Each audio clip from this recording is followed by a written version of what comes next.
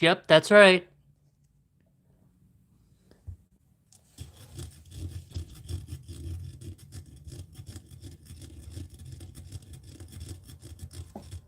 Oh, and I'm also selling Pokemon cards.